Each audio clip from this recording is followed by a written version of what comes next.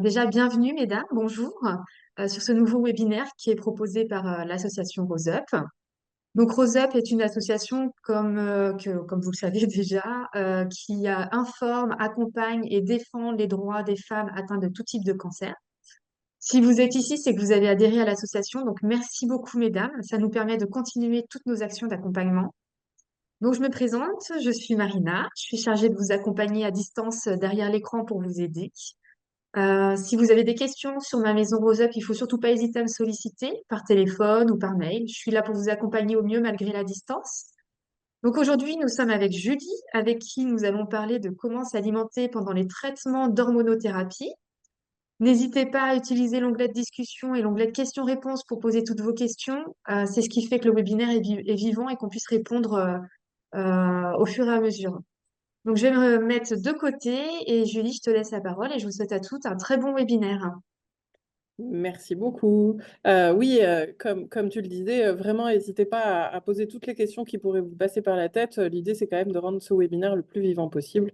Si jamais je ne sais pas, bah, je vous le dirai de toute façon. Donc, voilà, il n'y a pas de choix de questions. L'important, c'est que vous ressortiez de ce petit webinaire en ayant les réponses à vos questions à vous. Euh, je me présente pour celles qui ne me connaissent pas, peut-être certaines d'entre vous n'ont jamais fait de webinaire avec moi encore.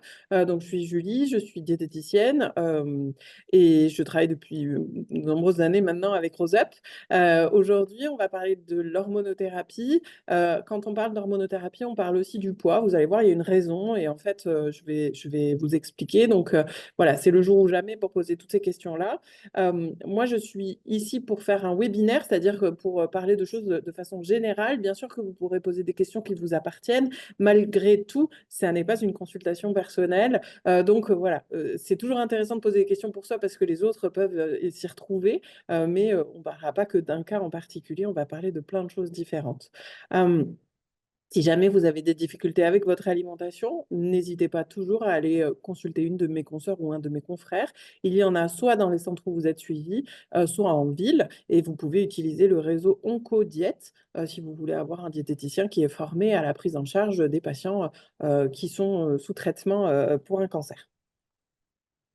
Alors, l'hormonothérapie, c'est une thérapie que l'on va mettre en place après certains types de cancers. Tout le monde n'y a pas le droit. Vous me direz, vous serez peut-être plus sympa pour certains de ne pas l'avoir. En tout cas, cette hormonothérapie, elle est souvent mise en place pour de nombreuses années. C'est généralement 3, 5, 10 ans, ça dépend des situations. Mais c'est quelque chose qui va vous accompagner pendant un temps assez long. Euh, Souvent, vous avez quand même une petite appréhension autour de ces hormonothérapies parce que vous avez entendu ci ou ça autour de vous parce que votre médecin a utilisé des mots qui ont pu vous faire un petit peu peur. Certaines d'entre vous étaient déjà ménopausées à l'annonce de leur cancer et donc ça n'a pas changé les modifications dans le corps. D'autres n'étaient pas encore ménopausées et ça va augmenter cette sensation ou cette mise en place d'une ménopause, qu'elle soit artificielle pendant un temps ou qu'elle soit définitive, selon la situation qui vous arrive. Chez les femmes, malheureusement, la ménopause, c'est une source de plein de changements. Et ça va commencer à partir du moment où cette hormonothérapie va commencer, ou alors à partir du moment où la ménopause s'installe. Dans tous les cas, tous ces changements vont être majorés par cette hormonothérapie, puisque parfois ils peuvent être rapides ou un peu plus intenses que dans une ménopause qui s'installerait pendant plusieurs années chez quelqu'un qui n'aurait pas de traitement. La ménopause chez les femmes, et donc on va parler de ménopause ou d'hormonothérapie parce que pour moi, ça c'est assez similaire dans l'état que ça va venir modifier chez vous. Ça va mettre en place plusieurs difficultés, notamment dans votre corps, plusieurs nouvelles choses auxquelles vous vous attendez pas forcément ou dont on vous a pas forcément parlé avant. La première des choses qui va se passer, c'est que vous allez avoir des modifications de votre corps et de sa façon de fonctionner. La première des modifications, et c'est souvent une dont on ne parle pas forcément, c'est que pour le même chose de la même vie, avec un corps qui fonctionne toujours de la même façon, bah, vos besoins alimentaires vont diminuer. Et ça, c'est très difficile de le percevoir tant qu'on ne vous l'a pas dit, parce que généralement, bah, en fait, on continue à vivre comme on vivait avant, et en fait, on continue à manger comme on mangeait avant. Et pourtant, vos besoins alimentaires vont diminuer progressivement et vont diminuer tout au cours de votre vie. En fait, globalement, nos besoins alimentaires sont au maximum entre 20 et 30 ans et ensuite, ils ne font que diminuer jusqu'au bout de notre vie et chez la femme, le moment où, bah, on a la ménopause qui s'installe ou cette hormonothérapie qui est mise en place, les besoins alimentaires diminuent de façon un petit peu importante. Et ça, c'est souvent quelque chose que vous percevez pas, parce que 1000 raisons font que vous avez du mal à le percevoir. En tout cas, bah, ce métabolisme de base, il diminue et donc nos besoins alimentaires vont diminuer avec. Libre à nous maintenant d'essayer d'adapter notre réponse à notre besoin, ce qui est pas toujours évident.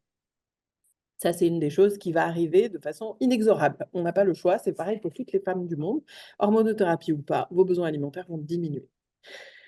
Ce qui va se passer aussi, c'est que il va y avoir un autre truc joyeux qui va se passer, c'est que, avec la diminution de la présence des hormones dans notre corps et donc l'hormonothérapie, ça va, créer une forme d'équilibre des hormones, mais plutôt basse. Avec la diminution donc de ces hormones, on a un risque d'ostéoporose qui va augmenter parce que les hormones que l'on a dans notre corps, pendant notre vie, fertile, elles aident à fixer le calcium et ces hormones qui vont être donc diminuées lors de l'hormonothérapie, et ben, elles vont aussi être diminuées pour cette aide à fixer le calcium. Donc, on va avoir un petit peu plus de difficulté à fixer le calcium dans notre corps. Et pourtant, on a un besoin de fixer le calcium qui est toujours similaire puisque nos os continuent à se défaire et se refaire au fur et à mesure de la journée. Ça ne change pas. Donc, ce risque d'ostéoporose, il va accroître, il va s'accroître chez les femmes avec l'hormonothérapie. Et c'est quelque chose auquel il va falloir faire attention parce que, bah, selon votre âge, ça risque d'être encore majoré au fur et à mesure du temps. Alors, il y a Céline qui demande, est-ce que la prise de poids est systématique sous létrozole? En fait, elle est jamais systématique sous aucun médicament. Ce qui va se passer, c'est qu'il va y avoir des modifications de votre corps, par les médicaments ou par l'équilibre hormonal qui est induit par ces médicaments-là et que, bah, selon votre façon de réagir à ça, peut-être vous aurez une prise de poids, peut-être vous en aurez pas. Et ça, c'est en fait, Mm. c'est jamais, parfois, on vit ça comme étant une obligation. En fait, c'est jamais une obligation, ça dépend vraiment des corps. Vous allez mettre 2 personnes avec, le même médicament, certaines vont grossir, d'autres vont maigrir et ça c'est difficile à expliquer. Mm. Il y a une partie de génétique, il y a une partie de réaction de votre corps, il y a une partie de possibilité dans ce que vous arrivez à faire ou pas, il y a une partie de lien avec votre comportement alimentaire. En fait, il y a plein, plein, plein de raisons pour lesquels on va prendre du poids ou pas. Et ça, on ne peut pas se dire, si je prends tel médicament, c'est certain que je vais prendre du poids. Non, ça dépend vraiment des gens. Donc, Mm. ne partez pas perdu ou vaincu, pas forcément, c'est pas obligatoire. Ce qui est sûr, c'est que votre corps va changer. Et ça, peut-être que c'est ça qui est pas toujours évident parce que même sans prendre de poids, notre corps va être un peu redistribué. Ça, c'est très lié à un équilibre hormonal. Chez les femmes, vous avez remarqué, on parle de, l'endroit où les graisses s'installent chez les femmes. Alors chez nous, c'est plutôt, dans les hanches, dans les fesses, on va avoir tendance à avoir des graisses qui vont s'installer dans la poitrine. Ça, c'est vraiment très, très féminin et puis, avec l'hormonothérapie, bah, malheureusement, cette répartition des graisses, elle va changer un petit peu, elle va devenir un petit peu plus, androïde et donc au lieu d'avoir du gras qui va rester dans la poitrine, les seins, les fesses comme, on le retrouve plutôt chez les femmes, on va avoir un gras qui va s'installer plus facilement dans le ventre, comme les hommes. Et ça c'est vraiment lié aux hormones, en fait, hein, et à l'âge, hein, les 2, mais là, on parle d'hormonothérapie, donc c'est vraiment lié aux hormones. Cette répartition des graisses, non seulement elle va changer, c'est-à-dire on va avoir tendance à avoir un petit peu plus facilement du ventre qu'avant, et si vous regardez toutes les femmes autour de vous, généralement, les femmes qui ont passé la ménopause ont tendance à avoir un petit peu plus de gras dans le ventre que les autres et ça, enfin, c'est complètement normal. C'est un problème de représentation dans les médias. On ne montre pas toujours des femmes qui sont réellement à l'âge qu'elles ont, mais c'est normal qu'on prenne un petit peu de ventre à ce moment-là. Et ça ne veut pas dire qu'on a pris du poids. On peut très bien avoir toujours le même poids, mais c'est juste que, eh ben, on va avoir une répartition des graisses qui ne va pas être exactement la même. Et en plus de ça, non seulement la répartition n'est pas exactement la même, mais en plus on a une facilité à faire du gras qui va augmenter. Bah, pas de bol. Non seulement on va avoir une facilité à perdre du muscle qui va augmenter, mais une facilité à prendre du gras qui va augmenter aussi. Donc c'est pas un combo sympa, en tout cas pour le corps, puisqu'on a une image d'un corps féminin avec un ventre plat. Ça, c'est l'idéal du féminin. Et malheureusement, l'hormonothérapie fait que bah, l'idéal du féminin, c'est pas forcément la réalité de ce qui est possible. Donc, souvent, notre corps va changer et parfois, même sans prendre du poids, c'est juste ça qui peut poser problème parce qu'on ne reconnaît pas exactement le corps que l'on a connu jusque-là. Et ça peut être très frustrant. C'est quelque chose qui est difficile à accepter chez tout le monde, hein, de voir que son corps change et qu'on a du mal à maîtriser ça. Malheureusement, c'est des choses qui peuvent être anormales, voire classiques en fait, après la mise sous hormonothérapie. Tu veux me poser une question ou je Oui, continue? alors justement, j'ai Nathalie qui précise que sous létrozole, son poids reste stable. Toutefois, le taux de cholestérol a doublé, presque 4 grammes. Et Mireille qui parle aussi de son cholestérol qui est légèrement au-dessus de la normale. Est-ce que ça peut être lié à l'hormonothérapie? Et Oui. Céline qui demande, est-ce remédiable, Alors, cette prise de poids? la prise de poids, elle est remédiable. On va parler de la prise de poids après, vous inquiétez pas. Le cholestérol, c'est quelque chose qui vient effectivement, qui vient varier aussi avec l'équilibre hormonal. En fait, les hormones féminines, c'est-à-dire un cycle régulier féminin fertile, ça va engendrer un équilibre du cholestérol qui n'est pas le même que chez un homme ou que chez une femme qui est sous hormonothérapie. Donc, ces cycles hormonaux vont nous permettre d'avoir un meilleur équilibre de notre cholestérol et surtout un bon cholestérol qui soit un petit peu plus important. Et dès qu'on va perdre ces cycles hormonaux sous hormonothérapie, qu'on va avoir un cycle qui n'existera plus et qu'on va avoir un nouvel équilibre hormonal, on va avoir une redistribution, je vous dis, des graisses dans notre corps, de la capacité à fabriquer des graisses, malheureusement, et aussi de la capacité à conserver un bon cholestérol. Et on va avoir plus tendance à fabriquer du mauvais cholestérol que du bon. Ça, c'est quelque chose qui est important à comprendre parce que ça vient jouer avec ce qu'on appelle le syndrome métabolique, c'est-à-dire cette prise de poids qui peut arriver, ou en tout cas cette prise de masse grasse qui peut arriver à ce moment-là avec l'hormonothérapie. C'est des choses qui sont assez normales, que l'on retrouve assez facilement. Est-ce que c'est pour autant un facteur qu'on ne peut pas maîtriser? Alors, c'est pas qu'on ne peut pas le maîtriser, c'est qu'il y a plus de risques d'avoir du cholestérol à ce moment-là. Et ça, c'est pareil pour tout le monde. Certaines personnes vont avoir des antécédents familiaux, de la génétique qui fait que ça va augmenter inexorablement et là, il faudra avoir une aide médicamenteuse pour pouvoir gérer ça. Et certaines personnes pourront simplement avoir un jeu sur leur hygiène de vie qui va aider à équilibrer un petit peu ce taux de cholestérol. Et ça, vraiment, c'est difficile comme tout à l'heure, la prise de poids, c'est difficile de l'anticiper. Certaines personnes, ça va bien se passer. D'autres, le cholestérol va augmenter et on aura besoin de mettre des statines en place. On n'aura pas trop le choix.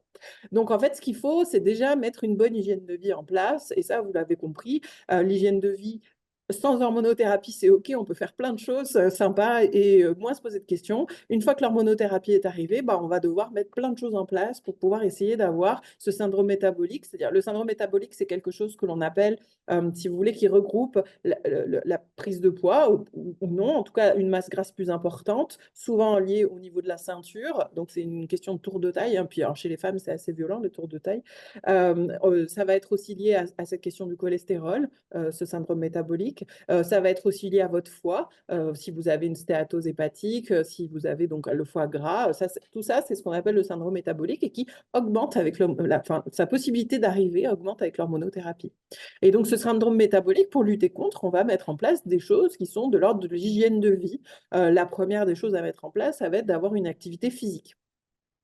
Ah là là, alors je sais, vous essayez tous, parfois c'est plus ou moins facile dans la vie de tous les jours, parfois c'est plus ou moins faisable, vous aimez plus ou moins ça. Malgré tout, l'activité physique, notre corps, il est prévu pour le faire et il a besoin qu'on soit stimulé et qu'on soit actif le plus possible dans nos journées. Alors je sais qu'en fonction de vos rythmes de vie, en fonction de vos métiers, de tout ça, la sédentarité peut être importante. Malgré tout, s'il y a bien un moment dans votre vie où il faut avoir une activité physique régulière, c'est le moment où vous mettez sous hormonothérapie. Votre corps a besoin qu'on le stimule, il a besoin qu'on vienne utiliser les réserves qu'il a à l'intérieur et qu'il va avoir de plus grandes facilités à faire. Et puis, comme je vous ai dit tout à l'heure, notre besoin énergétique va diminuer et souvent on ne s'en rend pas compte et donc on continue à manger comme avant. Donc, si on n'augmente pas notre dépense énergétique, paf, on prend du poids. Et ça, c'est pour tout le monde pareil. Il n'y a pas de mystère, on prend du poids parce qu'on mange un peu trop. Et même si on n'a pas l'impression de manger un peu trop, même si on a l'impression d'être bien équilibré et d'être bien à sa faim, malheureusement, comme nos besoins diminuent et qu'on ne s'en rend pas forcément compte, on va plus facilement prendre du poids. Donc la première des choses à faire, c'est essayer d'avoir plus d'activité physique. Avoir de l'activité physique, c'est pas s'inscrire à la Zumba absolument et y aller une fois par semaine. Ça, c'est pas ce que j'appelle l'activité physique. L'activité, enfin, c'en est, hein, mais c'est pas simplement, c'est pas suffisant. L'activité physique, c'est tout ce qu'on peut faire au quotidien. c'est-à-dire descendre un arrêt de bus ou un arrêt de tram ou un arrêt de métro avant pour marcher 10 minutes de plus avant d'aller au boulot, éviter de prendre l'ascenseur et prendre plutôt les escaliers pour monter et pour descendre, essayer de marcher un petit peu plus au quotidien, essayer de, voilà, quand je me rends compte que j'ai été sédentaire pendant 1 heure ou 2, bah, de me lever, faire quelques pas, faire peut-être quelques squats pour monter, descendre et pour voilà, restimuler un petit peu mon corps et sa capacité à bouger. Euh, Acheter peut-être un pédalier pour mettre sous mon bureau quand je travaille assise à un bureau toute la journée. Enfin, en fait, il y a plein de solutions pour essayer de limiter sa sédentarité. Et ça va être des choses qui vont être importantes à mettre en place parce que effectivement, ça va venir vous aider à lutter contre cette prise de poids qui n'est pas inexorable, mais qui peut être embêtante et compliquée à gérer. Donc, la première des choses, c'est ça. Alors, Pourquoi pas? Pardon, dis-moi. on a deux questions. Alors là, je reviens sur le traitement Nathalie qui demande qui met en place Atovastatine, le médecin généraliste ou l'oncologue? Ça peut être l'un ou l'autre. Celui qui va voir les analyses en premier et qui va trouver que c'est le bon moment pour mettre des statines en place. D'accord. Et Céline nous demande si c'est normal d'avoir envie de manger gras. Bah, ça dépend des gens. On est tous un peu différents. On va avoir envie de manger sucré, d'autres envie de manger gras. Ça, pour le coup, c'est très, très val. C'est très... C'est quoi les statines? Les statines, ce sont des médicaments qui aident à diminuer le cholestérol. Voilà. Il y a cette catégorie de médicaments qui existent pour le cholestérol, mais il en existe d'autres, hein, mais c'est celles qui Hmm. sont données ces dernières années. Il y a torvastatine, mais il y en a plein d'autres. Et ça dépend de plein de caractéristiques que les médecins vont choisir. Et c'est eux qui vont choisir quel traitement ils vous mettent en place. Donc, le sport, première influence importante. La Zumba, c'est bien, continuez, hein, mais en plus de la Zumba, vous faites le reste. La Zumba ou le Pilate ou n'importe quel sport qui vous plaît. L'idée, c'est pas d'aller faire le sport le plus violent ou le plus extrême possible. L'idée, c'est d'aller faire un sport qui vous plaît et qui vous motive et qui vous donne envie de continuer. C'est surtout ça. La question, c'est pas d'en faire beaucoup d'un coup et plus du tout après. La question, c'est d'en faire régulièrement et qui vous donne envie de continuer encore et encore. Si vous faites un truc que vous aimez pas, vous y retournerez pas. Et en fait, on est tous pareils et ça, c'est très normal. Donc, il faut faire un truc qui nous fait nous sentir bien et ça nous donne envie d'y retourner. Ça, c'est la première des choses importantes. La deuxième chose importante, ça va être de revoir déjà la base de son alimentation, de son équilibre alimentaire. Est-ce que dans mon alimentation, j'essaye de remettre un peu de tous les groupes alimentaires? Alors attention, si vous avez déjà vu des webinaires avec moi, vous savez que c'est une question qui me porte à cœur. On est dans une société où l'alimentation, tout le monde sait, personne, enfin, tout le monde sait, mais personne sait. En fait, tout le monde va vous donner des conseils. Ça, c'est fantastique. Tout le monde sait comment il faudrait qu'on s'alimente. Sur les réseaux sociaux, on voit fleurir des milliers de gens qui savent exactement comment il faut manger. Ils n'ont pas passé mon diplôme, c'est dommage, j'aurais peut-être dû, mais tout le monde sait. Et même votre voisine, et même la cousine de Jean-Paul, elle a eu un régime, et on va vous donner le régime qui est de la cousine de Jean-Paul.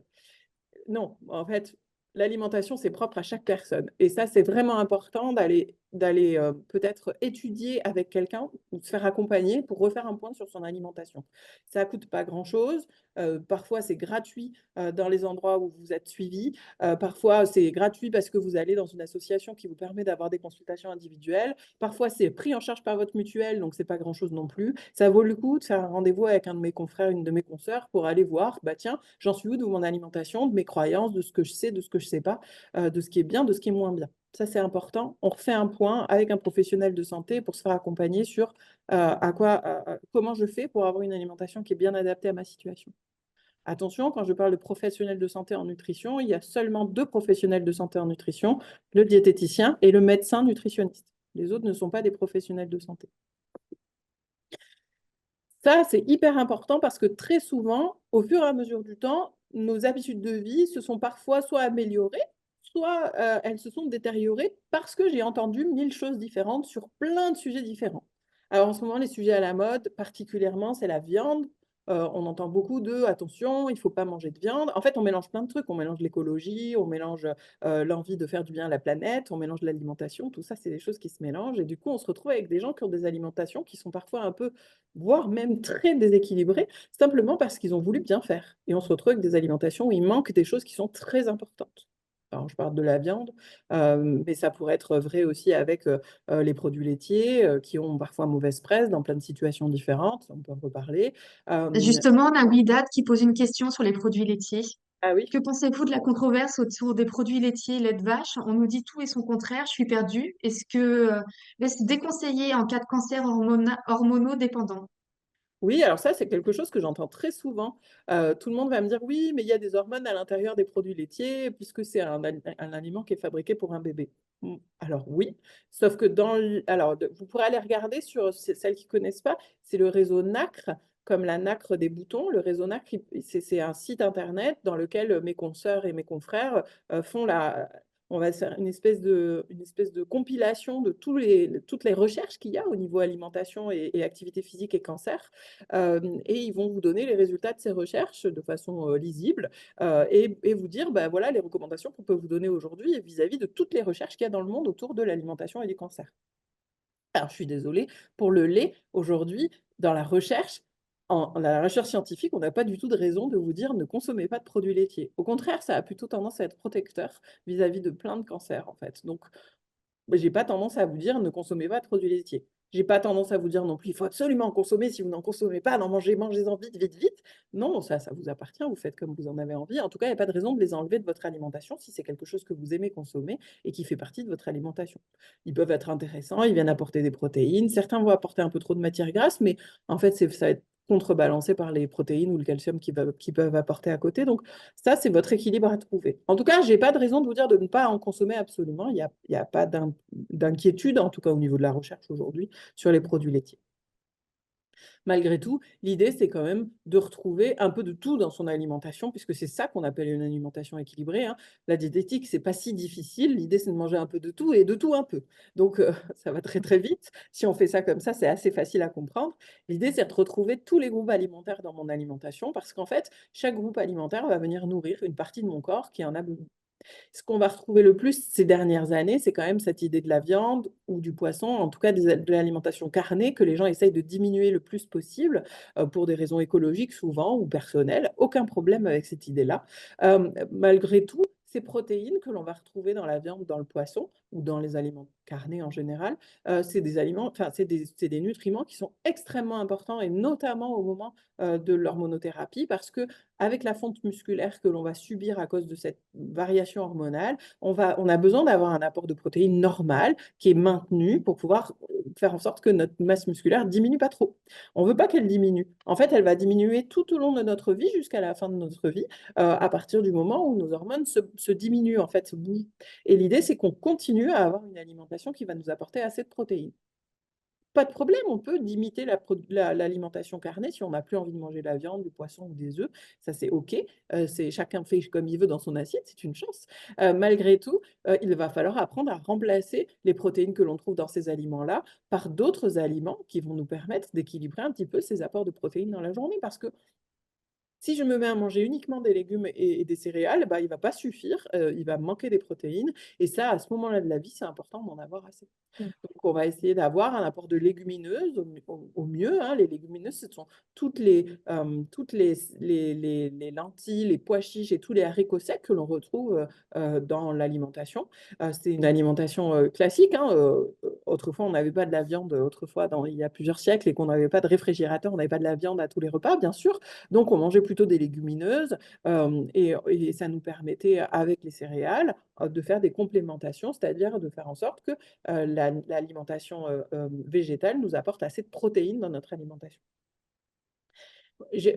La seule légumineuse qui n'est pas recommandée, sous hormonothérapie, c'est le soja. C'est la seule légumineuse qu'on vous demande de ne pas consommer. En tout cas en France, ce sont les recommandations que l'on doit vous donner. Hem, donc on évite tous les produits à base de soja. Alors bien sûr que l'idée, c'est pas que ce soit, vous soyez en train de chercher toutes les traces de soja qu'il peut y avoir dans les aliments, parce que c'est pas l'idée. L'idée, c'est d'éviter d'en consommer des quantités importantes, voire d'éviter d'en consommer de façon régulière.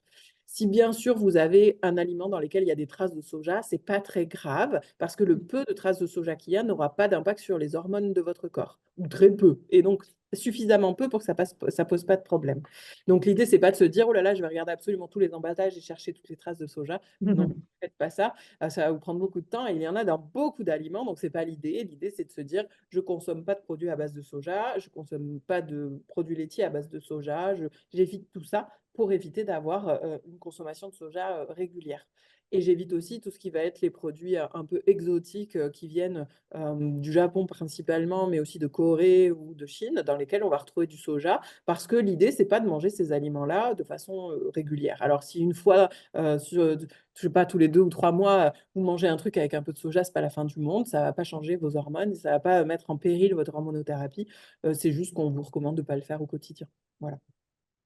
Alors, il y a Céline qui te demande ce que tu penses du régime cétogène. Oula, alors Céline, je crois que c'est dans 15 jours, je vais vérifier en même temps, parce qu'en fait, le régime cétogène, là, c'est pas du tout le sujet de la journée. Je crois que c'est dans 15 jours que l'on fait un autre webinaire. On euh, parle des idées reçues dans et on 15 parle jours. des idées reçues, voilà. Et donc, on Mm, parlera du régime cétogène à ce moment-là, parce que d'accord. on n'est pas du tout sur la question du jour. Ok. Alors, j'ai d'autres questions. Fabienne, où peut-on trouver la liste des phytoestrogènes à éviter en cas de cancer hormonodépendant? Bah, globalement, en France, c'est le soja qu'on vous demande de ne pas consommer. Les autres aliments, sources de phytoestrogènes, en fait, ils sont tellement peu dosés que c'est pas très grave. Hmm, d'accord. Donc, pas de Et complément, Annabelle? ah oui, Pardon. aussi pas de compléments alimentaires type ménopause.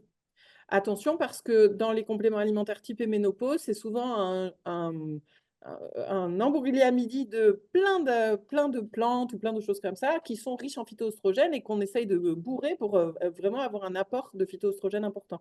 Donc, on évite d'avoir des compléments alimentaires type ménopause ou alors ils sont de façon très, très, très précise. Il y en a un ou deux qui sont OK pour ça, mais c'est tout. D'accord. Alors, Annabelle demande, n'est-ce pas tout de même bénéfique de réduire de façon importante les glucides dans cette période où on a tendance à stocker tout ce que l'on mange? Ah, Annabelle, ça m'embête que vous posiez cette question parce que ça, c'est une question qui est compliquée à expliquer. Alors, c'est pas grave, je vais essayer de vous expliquer pourquoi, enfin, vous expliquer ce qui est important de faire à ce moment-là. Les glucides, c'est les sucres, pour celles qui ne connaissent pas. Les glucides sont donc les sucres de notre alimentation. Les glucides, on en a deux types dans notre alimentation. On a les glucides qu'on dit simples, qui sont les glucides qui vont avoir un goût de sucre, simplement. Et on va avoir les glucides qui sont dits complexes, qui sont les glucides que l'on va retrouver dans tout ce qu'on appelle les céréales ou les légumineuses, globalement les aliments qui sont associés à ce qu'on appelait autrefois les féculents. Ces glucides, c'est dans notre alimentation, pour notre corps, ces glucides, ça représente l'énergie en fait de notre corps. Notre système musculaire et notre cerveau ne fonctionnent que grâce à ça. C'est-à-dire que pour notre cerveau, si on n'a pas de sucre dans notre alimentation, ça va poser problème. Et d'ailleurs, généralement, si on n'a pas assez de sucre dans notre alimentation, ça va créer quelque chose qui s'appelle une hypoglycémie. J'ai pas assez de sucre dans mon sang. Et généralement, mon cerveau est extrêmement, extrêmement sensible aux hypoglycémies. Et il a même tendance à me faire manger beaucoup, beaucoup, beaucoup, beaucoup si jamais je suis en hypoglycémie, parce qu'il a très peur de mourir. Pas de bol. Du coup, c'est difficile de vous dire qu'il faut absolument réduire le sucre dans notre alimentation parce que, pour de vrai, ces glucides, ils sont capitaux. Ça représente à peu près 50% de ce qu'on mange dans la journée. Donc en fait, c'est quand même Hmm, un gros impact sur notre alimentation. Si j'enlève les glucides, ou une grande partie des glucides, bah, je vais me retrouver avec un déséquilibre alimentaire fort, puisque normalement, je suis censée avoir, allez, on va dire 10-15% de protéines, 35 à 40% de matière grasse et le reste en glucides. Si j'enlève une hmm. partie des glucides, je vais quand même avoir faim encore, hein, et du coup, je vais devoir manger plus de matières grasses qui sont plus riches en calories et plus de protéines. Et comme en plus je fais attention à manger pas trop de viande, bah du coup, ça va devenir un peu compliqué de manger plus de protéines. Donc en fait, c'est un équilibre savant, l'équilibre alimentaire, qui n'est pas toujours évident à trouver, mais ces glucides, ils en font partie de façon hyper importante. Donc l'idée, c'est quand même de trouver un juste équilibre entre mes glucides, mes matières grasses et mes protéines dans mon alimentation. Pourquoi est-ce qu'il faut absolument pas réduire à beaucoup mes glucides? Bah, parce que je viens de vous l'expliquer. Si jamais je mange moins de glucides, je vais quand même avoir toujours autant besoin de manger. Parce que mon cerveau, il a une calculatrice qui est magique, mon corps, hein, donc globalement, c'est pas que mon cerveau. C'est magique. À la fin de la journée, si j'ai pas assez mangé, il va me le dire. Et généralement, il va me le dire, peut-être que vous l'avez déjà vécu, il va me le dire en me disant qu'on a faim. Et parce que pour lui, le plus facile à gérer, c'est le sucre, il va me le dire en me disant qu'on a faim de sucre. Et généralement, Hmm. si j'ai pas assez mangé dans la journée, le soir, je vais avoir envie de manger du sucre. Et, et bah, c'est un peu dommage parce que du coup, ça veut dire que j'aurais pas assez mangé dans ma journée. Et donc, je vais avoir besoin de manger du sucre. Et souvent, c'est une des envies un peu irrépressible et ça peut être un peu difficile de faire ça. Si j'enlève le sucre dans la journée, je vais me retrouver probablement dans une difficulté où mon cerveau va me dire, bah oui, mais moi, j'ai pas eu assez à manger dans la journée, donc je voudrais manger plus de sucre ce soir. Et du coup, si je me retrouve à devoir grignoter, hein, parce que c'est souvent sur des grignotages qu'on va ressentir ça, eh ben, je vais avoir plus de mal à équilibrer mon alimentation, tout Mhm. simplement parce que lorsque mon cerveau me demande de manger ou mon corps me demande de manger de façon un peu irrépressible comme ça, eh ben, j'ai du mal à m'arrêter.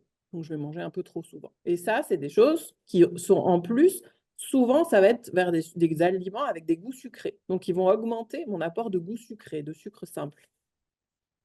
Malheureusement, ces sucres simples, c'est pas souvent les meilleurs. On préfère les sucres complexes qui sont plus intéressants dans notre corps et qui vont nous apporter plus d'énergie, enfin, une énergie qui sera plus à long terme. Que les sucres simples sont intéressants lorsque je vais faire du sport, mais si j'ai pas d'activité physique à court terme, ils sont moins intéressants et moins importants pour moi. Donc, c'est une des premières raisons qui fait que c'est pas une très bonne idée de diminuer ces sucres simples. Oh, ces sucres en général, ces glucides en général. La deuxième raison, c'est que bah, si jamais je mange pas assez de sucre, je vais souvent manger plus de matières grasses. En fait, c'est très naturel. Mon cerveau va, ou mon corps va naturellement me faire manger un petit peu plus de matières grasses pour que j'ai mon quota de calories dans la journée. Sauf que pareil, les calories des matières grasses, elles sont plus importantes. Et donc, généralement, si je mange un peu plus de matières grasses, peut-être que je vais dépasser mon quota de calories dans la journée. Et du coup, ça, c'est pas une bonne idée non plus. Et en plus, comme on l'a dit tout à l'heure, j'ai quand même tendance à fabriquer plus facilement du mauvais cholestérol. Donc, si j'augmente ma matière grasse, bah, je risque encore plus d'avoir des problèmes de cholestérol. Donc, c'est pas l'idée non plus.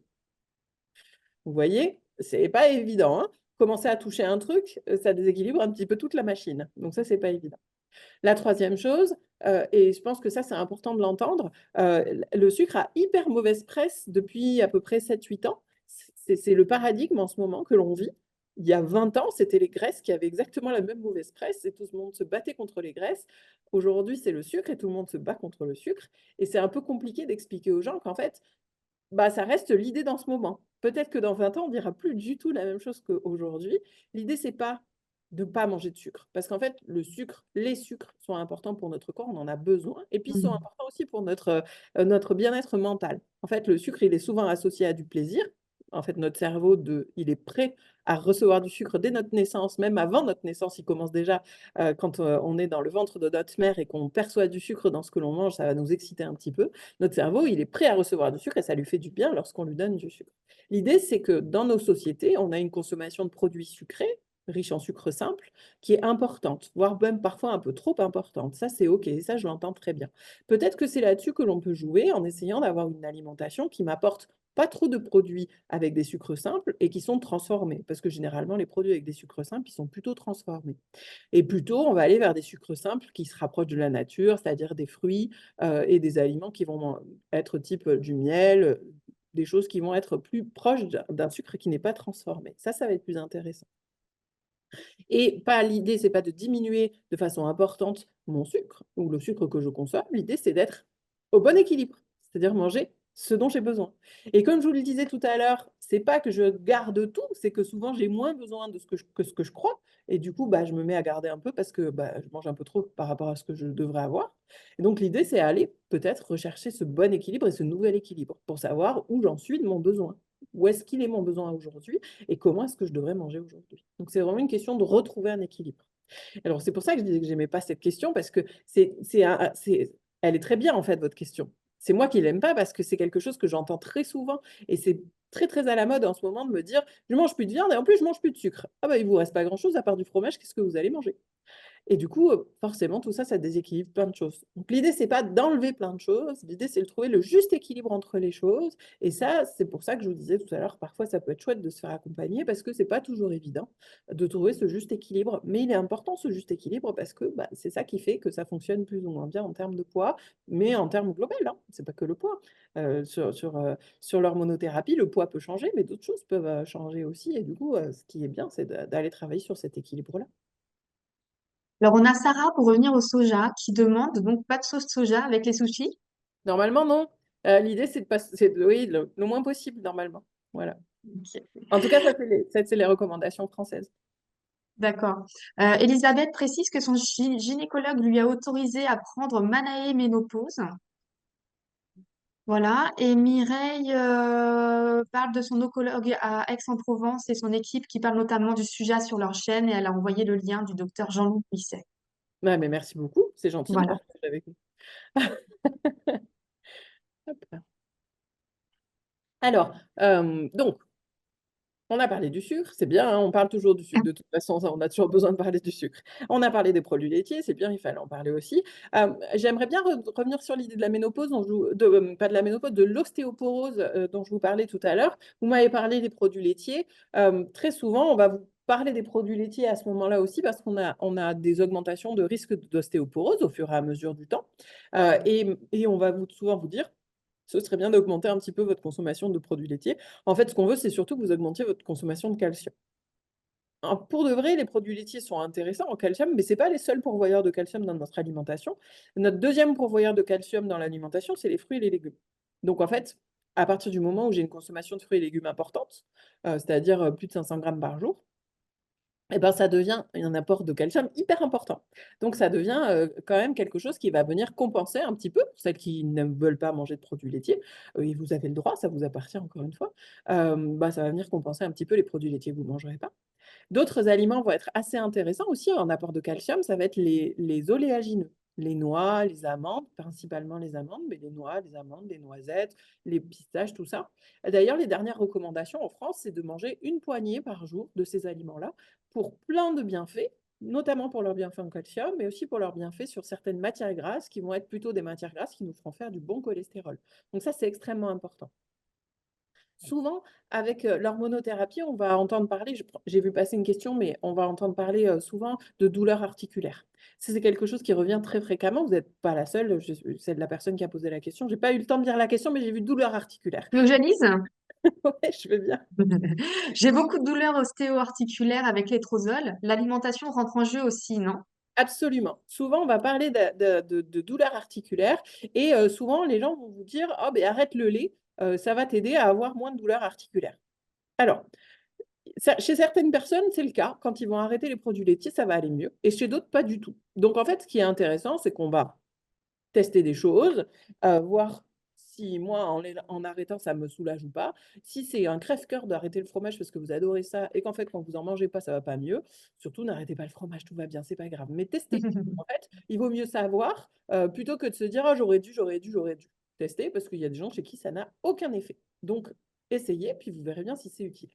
Malgré tout, il y a d'autres choses qui sont utiles dans notre alimentation et j'y reviens parce que je parlais des bonnes graisses. En fait, il y a une graisse qui est extrêmement importante dans notre alimentation, c'est une matière grasse qui s'appelle, les oméga 3 particulièrement, qui sont des graisses qui ont des propriétés anti-inflammatoires. Ces oméga 3, on en est tous carencés, quasiment tous, hein, je ne prends pas de risque en disant ça. En fait, on fait partie, d'un notre alimentation n'est pas assez riche dans ces oméga 3 et elle est trop riche dans d'autres oméga qui sont les oméga 6 et en fait, c'est le rapport entre les 3 et les 6 qui est important et nous, en France, le rapport entre les 3 et les 6, il est jamais très bon. Pour pouvoir contrebalancer ça et pour pouvoir avoir un apport d'oméga 3 un petit peu plus important, parce que cet apport d'oméga 3, il va être intéressant parce qu'il va nous permettre d'avoir un meilleur cholestérol, un meilleur bon cholestérol.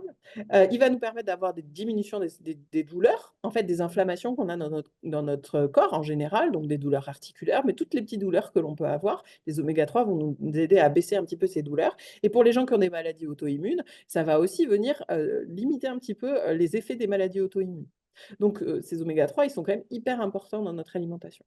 Pour pouvoir les retrouver dans notre alimentation, on va avoir 2 sources principales. Une première source qui est animale, que l'on va retrouver dans les poissons gras.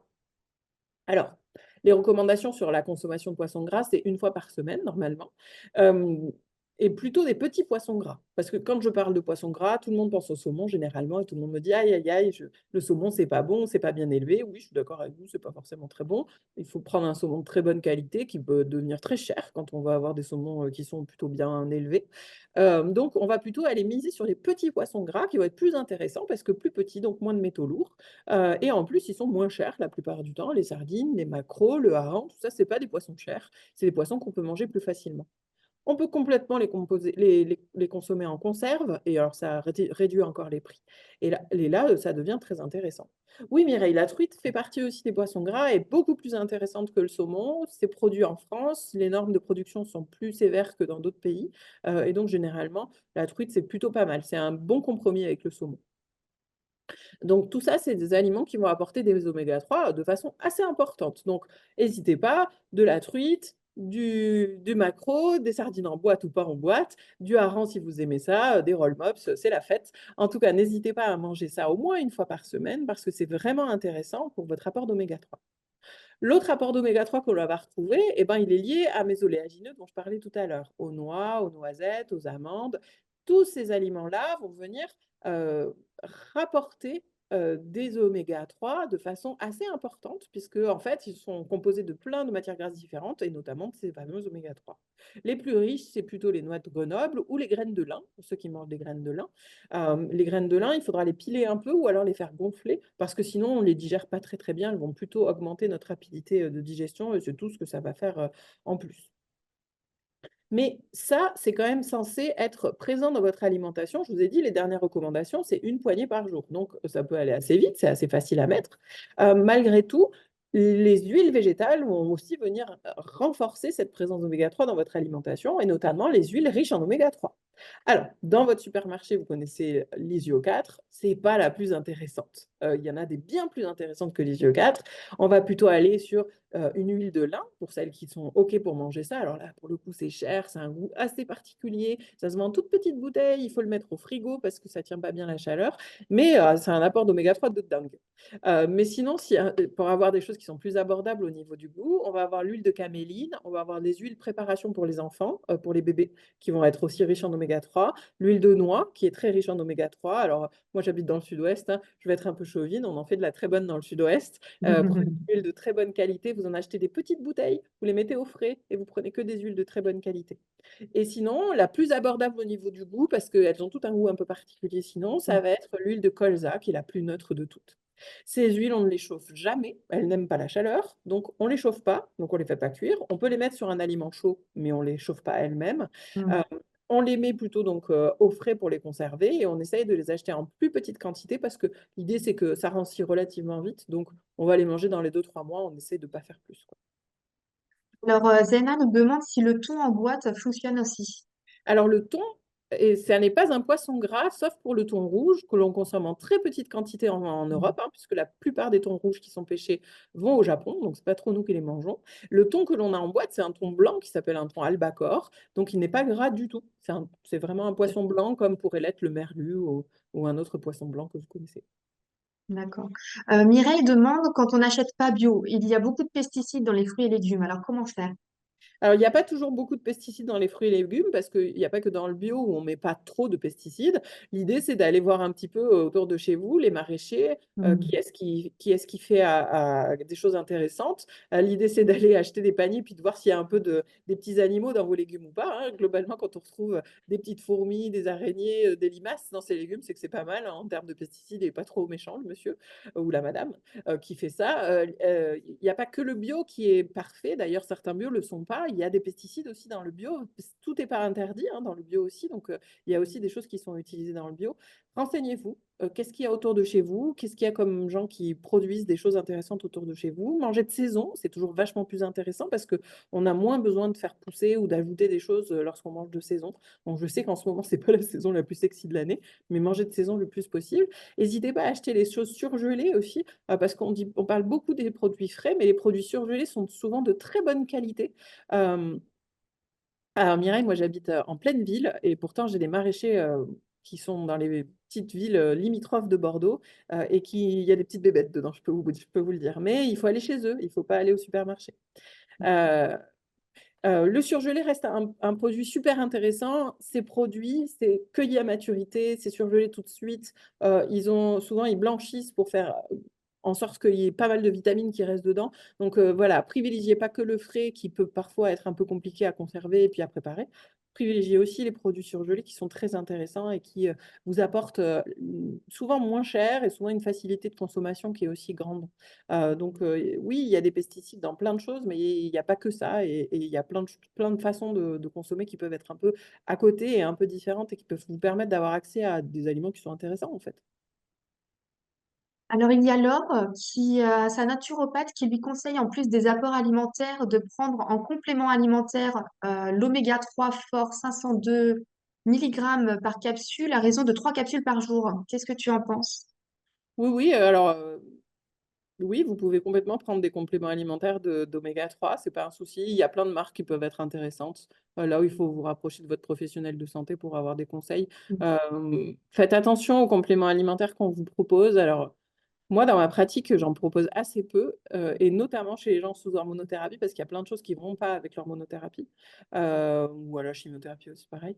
Oui, les oméga 3, c'est pas un souci. En fait, comme je vous dis, on est tous très carencés, et donc pour augmenter nos apports, il faudrait qu'on augmente pas mal nos apports de matières grasses dans la journée. Donc voilà, c'est pas très grave de prendre un complément alimentaire. C'est comme la vitamine D, très souvent, on est tous un peu carencés aussi. Donc ça, c'est des choses qui sont importantes, pourquoi pas à complémenter.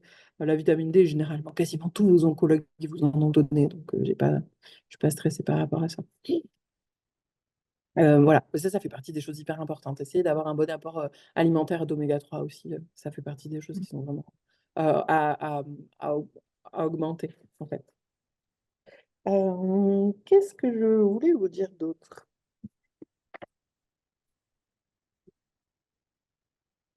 Ouais, c'est pas mal déjà. Est-ce que vous avez d'autres questions qui vous viennent? Parce que j'ai dit pas mal des choses que je voulais vous raconter. Pourquoi j'ai pas pensé?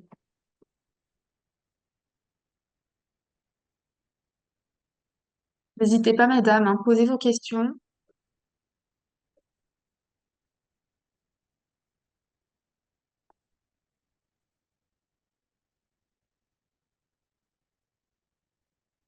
Alors, Céline pose une question. Oméga 9 point d'interrogation. Ah, alors oméga 9, c'est pas qu'on ça nous intéresse pas. Ça reste les omégas sont assez intéressants en général, surtout quand c'est pas des 6. Les oméga 9, on les retrouve dans l'huile d'olive. Donc oui, oui, c'est pas inintéressant d'en avoir. En tout cas, ils posent moins de problèmes que les autres. Donc c'est bien. On cherche pas à les augmenter de façon importante. Après, ça dépend d'où on habite. Moi, dans le sud-ouest, on cuisine beaucoup à l'huile d'olive. Il y a d'autres régions de France où on cuisine au beurre ou avec d'autres matières grasses. Oui, l'huile d'olive est plus intéressante. D'ailleurs, les dernières études prouvent que les régimes méditerranéens avec beaucoup, beaucoup, beaucoup d'huile d'olive, même sans limite, hein, c'est-à-dire avec grosse, grosse consommation d'huile d'olive, sont des régimes qui permettent d'avoir une meilleure santé cardiovasculaire. Donc oui, oui, allez-y sur l'huile d'olive pour celles qui vivent dans le nord de la France et qui ont l'habitude pas forcément de consommer de l'huile d'olive. Nous, ici, c'est habituel, on a tous de l'huile d'olive pour cuisiner, c'est la base. Mais oui, oui, ça reste extrêmement intéressant d'avoir ce type d'apport alimentaire. Et il n'y a pas que l'huile, hein, les olives en elles-mêmes, elles apportent aussi des oméga 9. Donc voilà, vous empêchez pas de consommer ce genre d'aliments qui sont très intéressants. Mireille demande pour le magnésium, si on en a besoin, lequel prendre.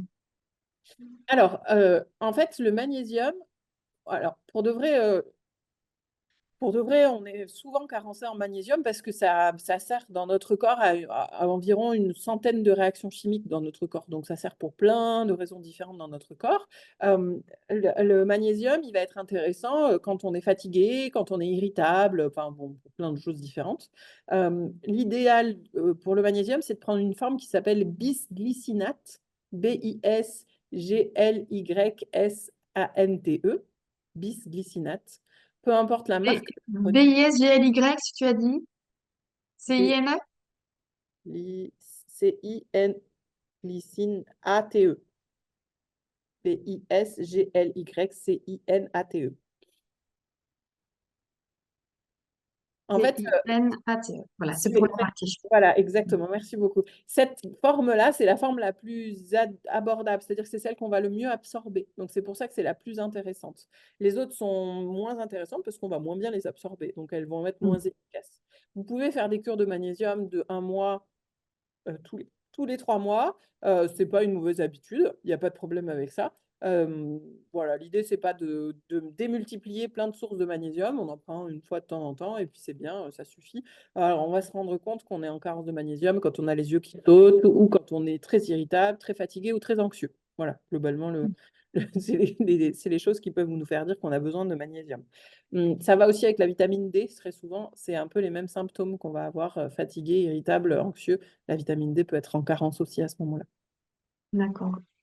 Alors, Isabelle, on lui a parlé du pamplemousse. Est-ce que c'est totalement à proscrire ou est-ce qu'on peut en prendre à distance des prises de médicaments?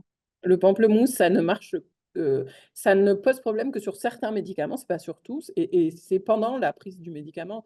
Donc, si vous le prenez le matin, le soir, il n'y a pas de problème. Manger un demi-pamplemousse, c'est pas un souci. C'est surtout Nathalie, pour les bêta-bloquants, en fait. Donc, surtout pour les d'accord. médicaments pour le cœur. Ok. Nathalie demande si on peut chauffer les huiles d'olive. Alors, on ne chauffe pas les huiles riches en oméga 3. Par contre, on peut chauffer l'huile d'olive. L'huile d'olive, c'est une huile qui va supporter qu'on la monte en température. Par contre, elle ne va pas supporter qu'on la laisse à température haute.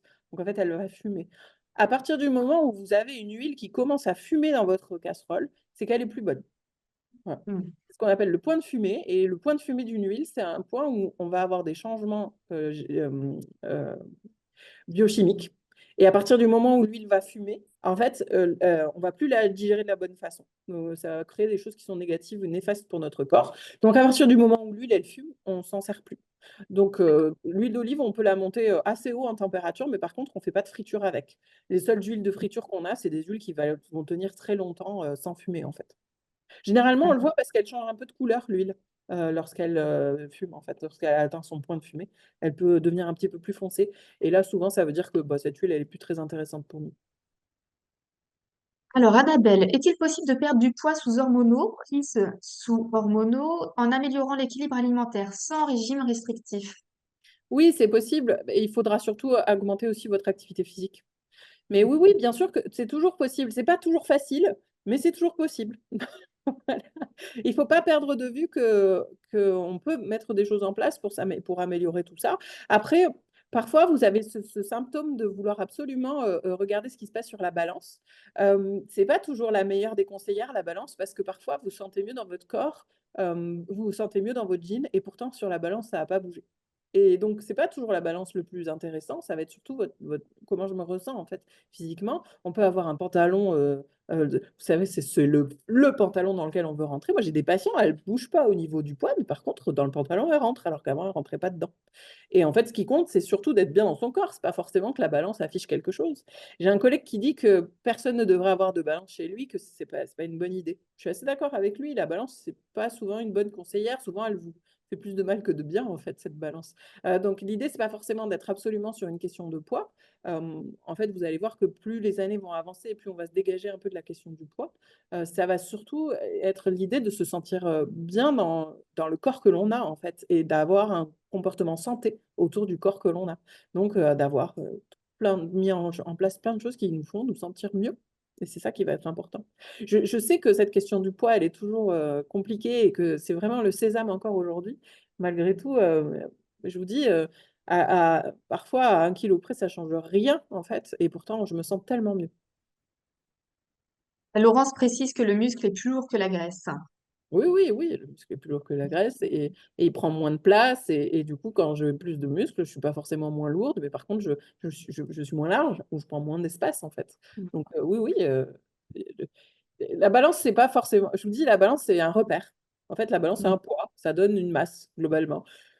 Maintenant, est-ce que la masse que vous faites va tout changer à votre vie? Pas forcément. Maintenant, est-ce que si, quand vous êtes bien dans votre jean, peu importe la masse que vous faites avec, et vous arrivez à vous dire ça, c'est pas mal aussi, hein. Ouais. Personne ne sait quelle taille fait votre jean. Ça, il n'y a que vous qui savez. Et donc, si vous êtes bien dans celui-là, peu importe la taille qu'il fait, l'important, c'est que vous soyez bien dedans et que vous vous sentiez joli dedans. Je pense que c'est plutôt ça, hein, le rapport sain avec son corps. Et l'hormonothérapie, et c'est comme la ménopause, c'est un moment de changement du corps. Et chez la femme, ça remet en question beaucoup de choses. N'oubliez pas qu'on vous montre des images de femmes qui ne sont pas toujours des images de femmes réelles. Et quand on vous montre des femmes qui sont censées avoir 50 ans et qui ont le corps d'une nana de 30 ans, bah, en fait, c'est pas la réalité. Ça marche pas comme ça dans la vie pour de vrai. Regardez les vraies femmes autour de vous, elles ont pas à 30 ans et à 50, elles n'ont pas le même corps. Et c'est normal, c'est Mhm. vieillir. C'est la vie normale. C'est pas forcément agréable à accepter, mais c'est la vie normale. Et comme on sait qu'on va passer beaucoup, beaucoup de temps avec cet état de corps différent, hein, c'est à peu près 40% de la vie d'une femme, hein, la vie post-ménopause. Et voilà, c'est la vie, c'est comme ça. Alors, Elisabeth demande quid de la spiruline pour le faire. C'est pas inintéressant, mais c'est pas non plus, c'est pas infiniment génial parce que ça reste une source de fer végétale et que les sources de fer végétales, on les absorbe très peu. Donc, c'est pas inintéressant. Ça peut faire un petit complément. Malgré tout, si vous avez des grosses anémies, ça suffira jamais. Il y aura d'autres Mhm. compléments qui vont être plus intéressants que ça pour des anémies importantes. Ça vaut le coup quand on a des petites anémies. Mais quand on a des grosses anémies, il faut autre chose que ça. Ça ne marchera pas, ça suffira pas. Mireille demande concernant les balances à impédance. Sont-elles un peu plus intéressantes, notamment pour suivre le taux de graisse? Ouais, mais par contre, il faut que vous ayez voir quelqu'un qui sait bien lire Hmm. les, les rapports des balances à impédance métrie parce que euh, il y a tout et son contraire dans les balances à impédance métrie. Vous voyez, moi, par exemple, moi, je travaille avec une collègue, on est toutes les deux, on partage notre cabinet. Moi, j'en ai pas de balance à impédance métrie et elle en a une. Mais ça coûte très cher quand on en veut une qui soit efficace et qui commence à avoir la capacité de vous donner des informations intéressantes. Parce qu'en fait, très souvent, simplement avec votre taux d'hydratation différent, ça va modifier complètement la composition corporelle. Et c'est un peu dommage, parce que du coup, bah, parfois, on pourrait lire des choses, alors qu'en fait, c'est lié juste au fait que vous n'ayez pas assez bu pendant les quelques derniers jours avant de faire votre mesure. Donc, il faut quelqu'un qui sache bien la lire et il faut une balance intéressante. En fait, c'est pas souvent des balances d'ailleurs, souvent, maintenant, c'est plutôt des choses qui prennent le pli cutané ou qu'on met simplement dans la main, en fait. Donc, voilà. C'est- Celle qui coûte moins de 1 000 € ou moins de 2 000 €, normalement, pas très intéressant. Donc, C'est pas à pas la ce qu'on maison. a chez nous alors. Voilà, pas à la maison. Celle de la maison, c'est juste histoire de vous rassurer. Mais pour de vrai, c'est pas celles qui sont Ou les nous plus. paniquer. Non, ça vaut pas le coup. Franchement, n'achetez pas de balance, ça ne vaut pas le coup, ça ne sert à rien. Alors, Annabelle précise que c'est sûr, mais qu'en 1 an et demi d'hormonaux, plus 7 kilos, avec 3 petits points. Ouais, c'est difficile hein, de prendre du poids. Ouais, c'est pas quelque chose de facile. Mais Et Elisabeth, oui, vous n'êtes vous vas-y, êtes pas, vous êtes pas coincé, Annabelle, il y a toujours des solutions. continue. Plus je suis obsédée par quelque chose, plus c'est dur de le résoudre, mais je peux me faire aider et ça peut être un peu plus facile à faire en étant accompagnée. Elisabeth demande, quand on arrête l'hormonothérapie, même après 50 ans, est-ce qu'on peut retrouver son tour de taille? Est-ce que les exercices d'abdos sont efficaces? Eh ben, Eh ben oui, j'ai envie de vous dire pourquoi pas, tout est possible. Je sais pas en fait. Alors déjà, je suis pas je suis pas prof de sport, mais oui, oui, je pense que tout est possible. Il y a des femmes qui vieillissent en étant plutôt fines et d'autres qui vieillissent en étant un petit peu plus rondes. Ça, c'est propre à chacun. On n'a pas tous la Mm. même génétique et on n'aura pas tous le même corps. Donc oui, pourquoi pas. Peut-être qu'après l'hormono, vous allez retrouver un corps qui vous parle mieux. Dans tous les Dans tous les cas, à chaque fois qu'on a un traitement hormonal, ça modifie notre équilibre et donc ça modifie aussi notre perception de nous-mêmes, hein. Donc, ça peut être mieux sans l'hormono, vous verrez. Et Annabelle précise qu'elle a rendez-vous avec une diététicienne Bocodiète dans 10 jours. Mais c'est bien, Annabelle, vous avez raison, c'est comme ça qu'il faut faire les choses dans l'ordre. On est là pour vous aider, on sert à ça. On ne sert pas qu'à faire maigrir les gens, hein. On sert à vous accompagner surtout, en fait, et à vous accompagner vers quelque chose dans lequel vous vous sentez mieux. Voilà. Notre métier, parce que souvent, c'est un peu galvaudé. Les gens pensent que les diététiciennes, on sert à faire maigrir les gens. Ben, non, c'est pas l'essentiel de notre travail, en fait. Voilà. On est là pour vous accompagner à mettre en place une alimentation qui soit bien adaptée à votre situation et qui vous aide à atteindre les objectifs que vous avez envie d'avoir. Eh bien, merci beaucoup, Julie. Avec Merci, plaisir. mesdames. Je pense qu'on a fait le tour. Ouais, pour aujourd'hui, c'est pas mal. Voilà, c'est déjà bien condensé. Eh bien, du coup, prochain webinaire dans 15 jours sur les fausses idées reçues, Oui, absolument. la viande rouge, le soja, le sucre et bien d'autres. Ouais. Alors, ben, Qui peut vous venir, venez nous poser les questions avec plaisir. voilà. Et puis, ben, je vous souhaite à toutes une belle journée. Merci, Julie. Bonne journée. Merci à vous. Bonne journée à toutes. Au revoir, à Au bientôt. revoir.